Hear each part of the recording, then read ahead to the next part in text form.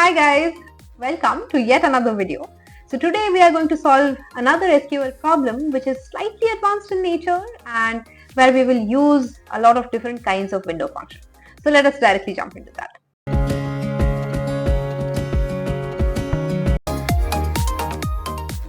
So these kind of questions can come in really handy if you are giving any interview for aviation industries data analytics roles.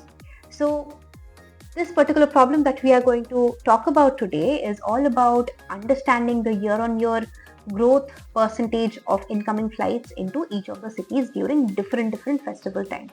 Now, I particularly talked about Dussehra time and focused on October month, but this can be generalized and applied to any month or any timeline of the year. Okay, so if you look at the screen, this is the question that we have, which is select the top 3 cities in terms of year-on-year percentage growth on number of incoming flights. So these are the two tables that we have available with us. One is aviation main and one is aviation mapping. So what do we have here? So I have already pulled the tables. Aviation main has flight ID, departure date, arrival date, departure city and arrival city. Okay, fair enough. And aviation mapping has city code and city. So we need the name of the top 3 cities which has the highest percentage year-on-year growth from, let's say, 2023 to 2024. Right? Okay, so I think we do not have any other year of data. So 23 and 24 is not really the major point here. So let us look into the solution. So I have broke down the approach into 4 parts to solve this problem, starting with actually counting the number of incoming flights by airport, city and year. So we definitely need that. That's the stepping stone of this problem. Now the second point would be to calculate the year-on-year percentage growth, right? And once we have that ready, we have to rank the cities by the percentage growth that we have available. And then at the end, we have to pick out the top 3 which had the highest number of growth. So, okay, I think the steps are understandable. And if not, let us get into the solution. I hope you will understand them. So, all right. Based on the breakdown of the first step that we have available here, we have to count the number of incoming flights, right? So let us get into that. First, let us create a CTE because it's understandable in one step we are not able to do all of this. So let's count the number of incoming flights first and by airport, city and year. Since we only need incoming flights, I think we can only use the arrival city and arrival date. We need not have to think about the departure city and departure date here. So let's quickly select the departure city, arrival city, and we have to take the year of arrival date, right? So we can actually use the date part function here and we can actually take the arrival dates year as, let's say, arrival year, and we can take count of arrival city, because essentially since many flights can repeat itself, we can take flight ID as well, we can take even count star here as well. So I'm choosing to go with count of arrival city, should not be any different. Okay, so you can take any column of your choice to count this. I have taken arrival city, but after that we have to do a group by using arrival city and arrival date year that we have counted earlier. So those are non-aggregation columns and we have to absolutely mention that in group by just to get the result. Okay, so now let's move on to the second part of the query, right? So we have to calculate the percentage growth year on year. So let's do that. Let's create another CTE because we have to.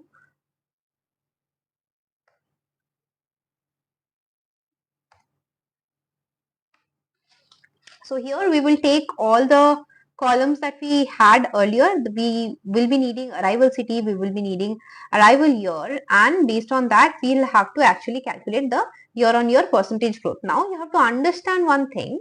If you look at this table here, so Ahmedabad has, let's say, 2023 data and Ahmedabad again has 2024 data as well. So what will we do here? We will try to get both these years data in the same row so that we can actually calculate the percentage year-on-year growth in terms of incoming flights. So let's do that first. So we have lag or lead function. Either of them you can use. I'm going to use lag function to get the 2023 data, that is the previous year's data in the row of 2024, so that at the same row level we can actually calculate the year on year growth. Now year on year growth is nothing but, let's say, your this year minus last year by last year value, right? That's how we take it, and this into 100% usually gives us year-on-year percentage growth, and this is the exact formula that we are going to use here as well.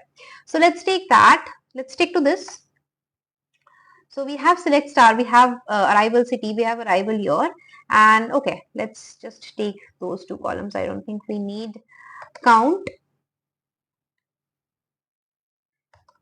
Now, just to get to this particular formula, what will we need? We need the count flight or count flight column that we already calculated in the first step, right?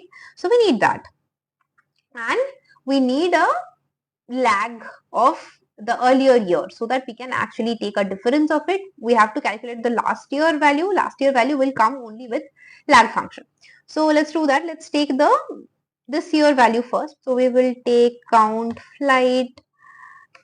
We are going to exactly follow this formula that I have written here. So count flight minus last year's flight would be nothing but, let's say, lag of count flight over, sorry, count flight over, we don't need a partition. No, we are going to do count flight over partition by arrival city and order by arrival year, right? Arrival year at ASC. Ascending order, we will take the lag of that. So that's what it is. We'll have the count flight. Let's do this and see what are we going to get here. Okay, so we have CTE2. Let's look into the error that we are getting. No column for column 3 of CTE2. Oh, yeah, okay. So this will be absolute year on year. Let's check this. So we have the absolute YoY is with us. It can be positive or negative in terms of different airports. Now let us directly calculate the percentage year on year growth. Alright, so let's get into that. We don't need this. We need the lag again.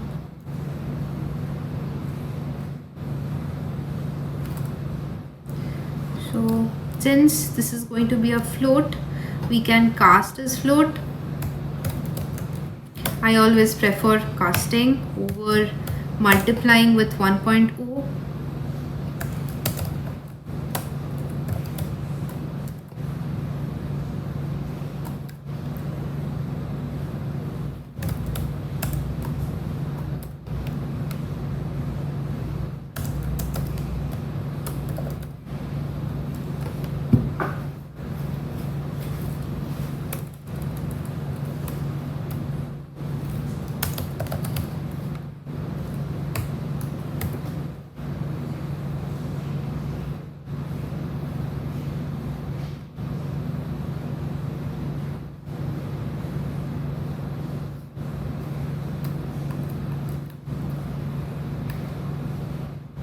Okay, yeah, all right. So we are doing this cast as float and this as float.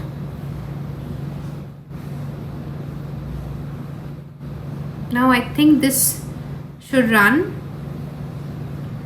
Doing a cast of this.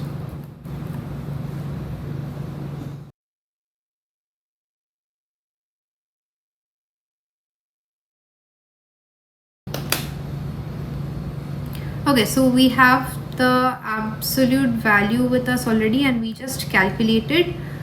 So we actually calculated this formula here.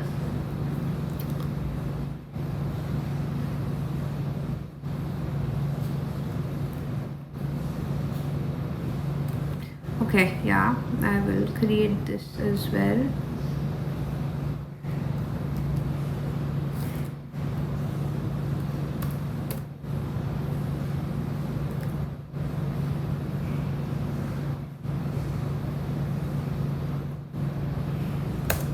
Okay, so let's name this as year-on-year growth. And yes, we have this ready. Now if I multiply this, now let's take this as a whole number and multiply it by 100, which will actually give me the percentage year-on-year growth. So we are already done with the second step, calculate the percentage growth. That's done. Now coming to the third step, we have ranked the cities by percentage growth. So since we have the percentage growth ready with us, let's create another city quickly, which will calculate the rank of the top 3 cities, or which will actually create the rank for each of the cities, out of which at the fourth step we will pick out only the top 3. If that makes sense, or if not, let me complete it, and I believe once I run it you will be able to understand. Alright, so here, since we already have year-on-year growth, we can again take arrival city,